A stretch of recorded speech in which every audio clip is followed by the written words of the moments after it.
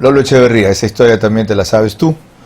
Buenos días y bienvenido. Fuiste durante mucho tiempo vicepresidente de comunicaciones de Gamavisión y desde hace rato un crítico y articulista celebrado los sábados en El Comercio. Te leyó en El Comercio Verónica, te querrá preguntar después. Empiezo yo con esto. ¿Qué hacer como ciudadanos y ecuatorianos y demócratas frente a la dispersión que no se logró evitar y a las alianzas que no terminan de concretarse? Bienvenido. Gracias, Carlos. Buen día. Un saludo a quienes nos ven y nos escuchan. Bueno, no se dio la unidad o no se dio completamente la unidad. Algo sí. Creo que todos ven la necesidad ahora, debido a la situación extrema en que vive el país, la necesidad de apostar por la unidad, por lo menos para dejar fuera a los vanidosos, a los que buscan inmunidad, a los aventureros, para concentrarnos en los verdaderos candidatos, que pertenecen a tres tendencias, está claro: la derecha, la izquierda con los indígenas y el populismo. Ellos son los que tienen la posibilidad de llegar a la segunda vuelta y creo que debemos concentrarnos en las candidaturas que representen a esos sectores. ¿Cuáles serían, de lo que se conoce hasta ahora, derecha, indígenas, populismo e izquierda? Bueno, me parece claro que el populismo es el grupo de Rafael Correa, aunque él no esté, digamos, el candidato de Correa, aun cuando no sabemos todavía ahorita qué va a pasar con la candidatura de Fabricio Correa, si despega o no despega, si le roba más a la derecha o a la izquierda. Esto es parte de la ambigüedad, que es una apuesta, pero que puede resultar o no.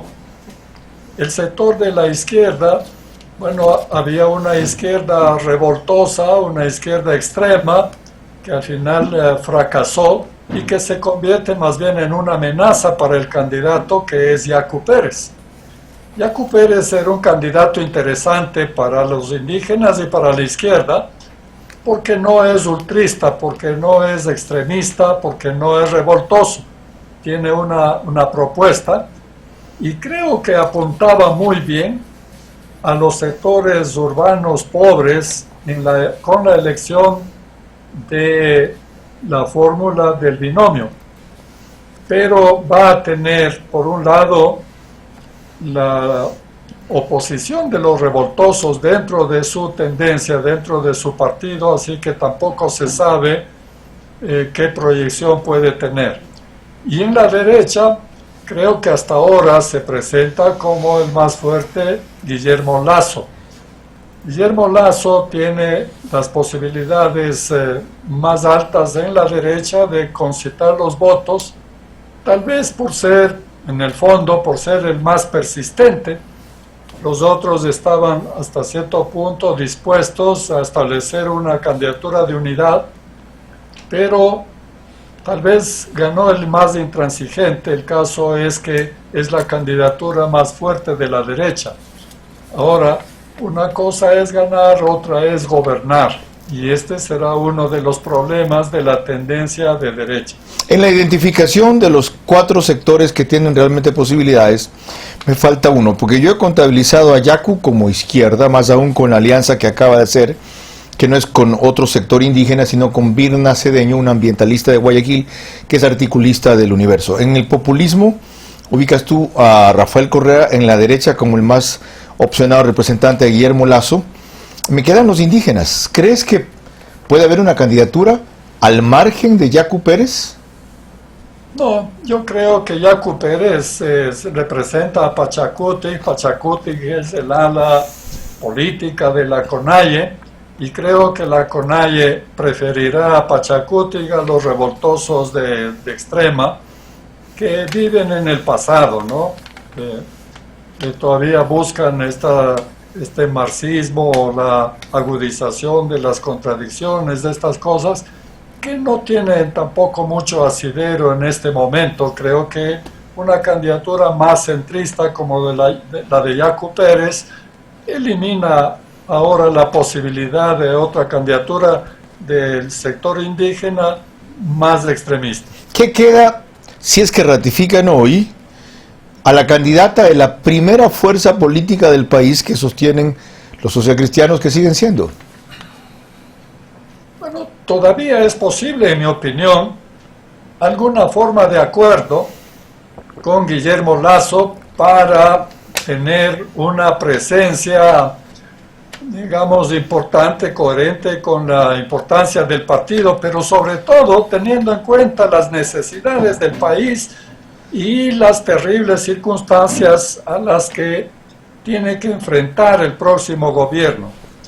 Porque lo que tenemos es, claro, una crisis sanitaria muy fuerte, una crisis económica espantosa, con el desempleo y la crisis económica, pero también está a las puertas una crisis social. Podemos tener que enfrentar una revuelta social.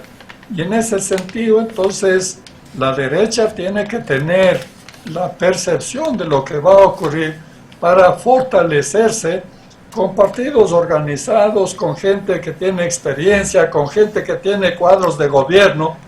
A mí me parecería fatal que no se consideraran estos factores de gobernabilidad indispensable que amenazan el futuro y que permanecieran con la intención de simplemente que gane el candidato más fuerte de este momento. Ahora, analicemos el escenario contrario, que no se concrete como hasta ahora por una serie de razones que han trascendido, un acuerdo del PSC con Guillermo Lasso.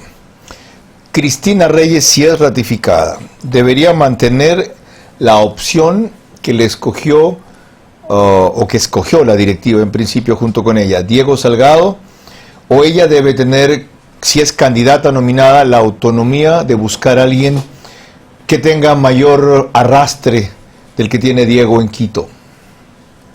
Bueno, una posibilidad obvia es que en la primera vuelta fortalezcan lo más que se pueda al candidato del partido para que pueda tener un buen número de representantes en la asamblea, a la vista de que quien pase a la segunda vuelta merezca el apoyo de todos.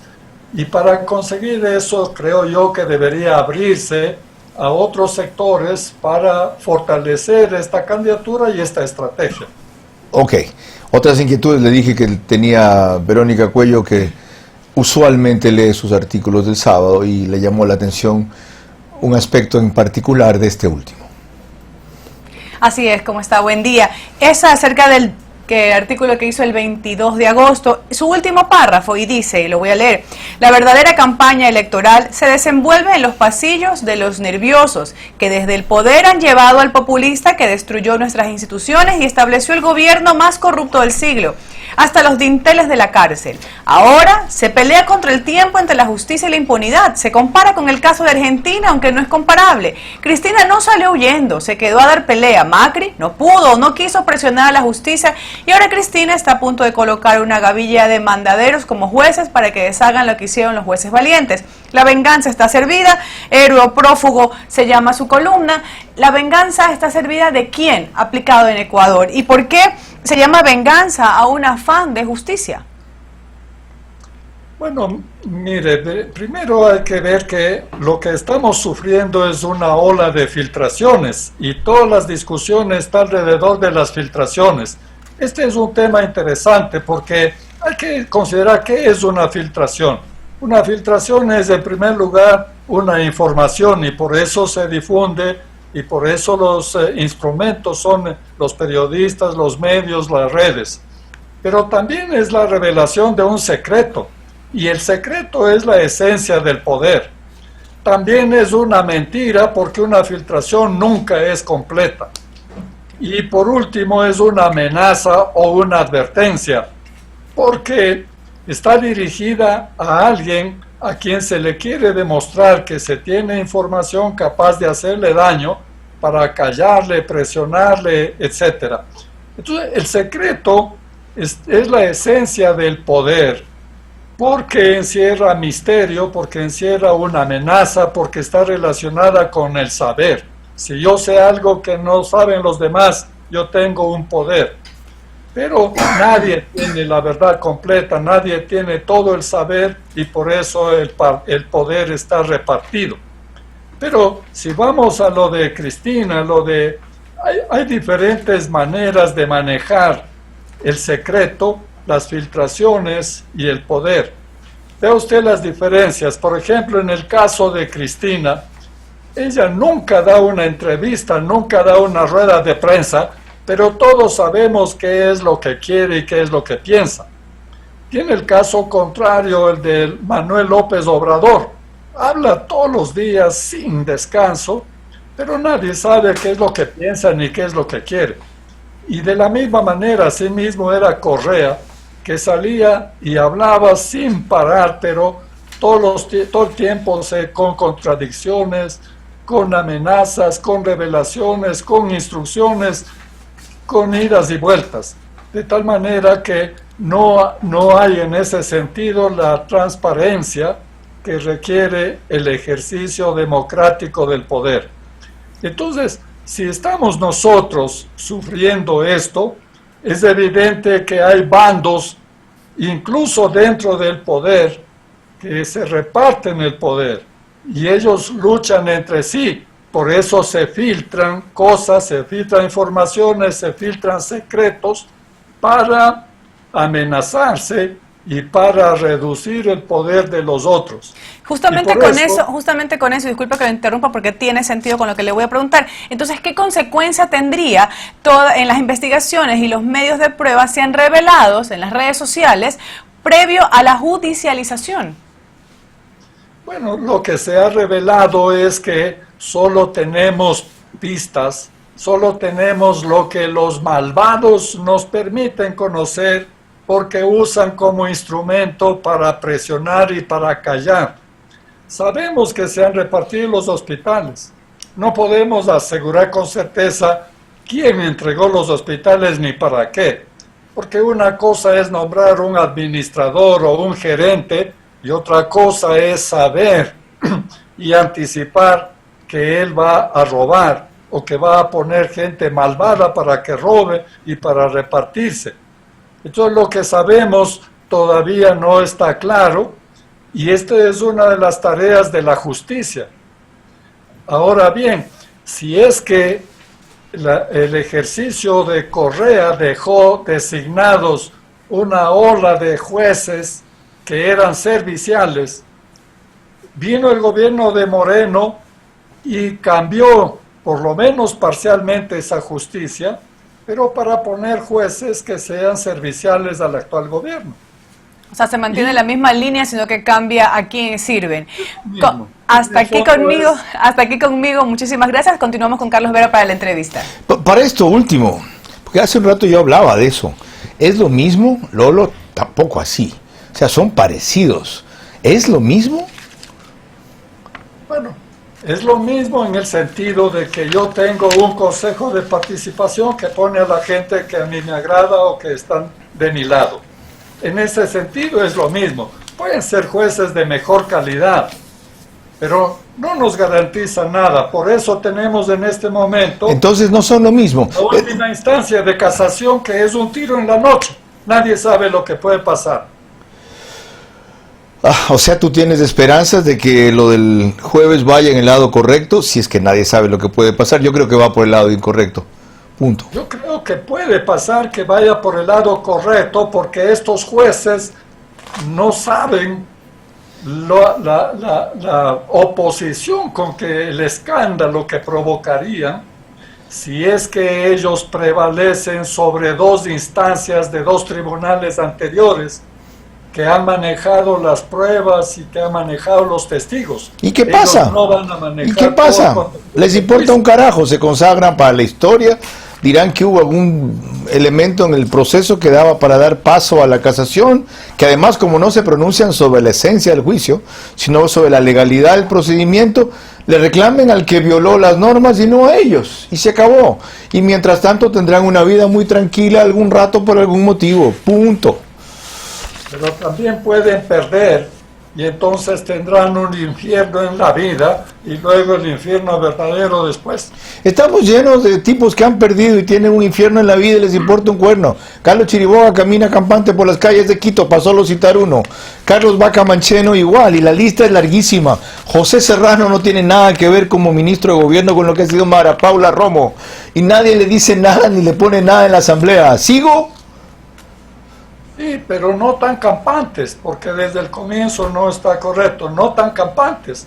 Porque una persona que sabe que hizo daño, que le dañó al país y que perdió el honor a causa de eso, ¿cómo puede andar campante?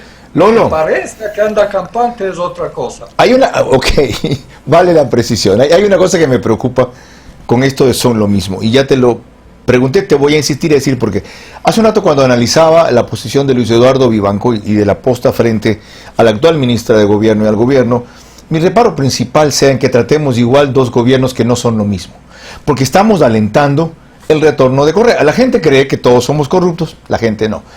Una mayoría del sector del pueblo que es el que decide en una votación, y para ellos la única diferencia está en que hay corruptos que hacen, hay corruptos que no hacen. Y Correa, sí, si fue corrupto, dicen ellos, fue un corrupto que hizo. Y si alentamos ahora esto de que son lo mismo, yo escojo al corrupto que hizo, en vez de que él también fue corrupto y no hizo. O sea, nosotros estamos fomentando una posición que decimos combatir.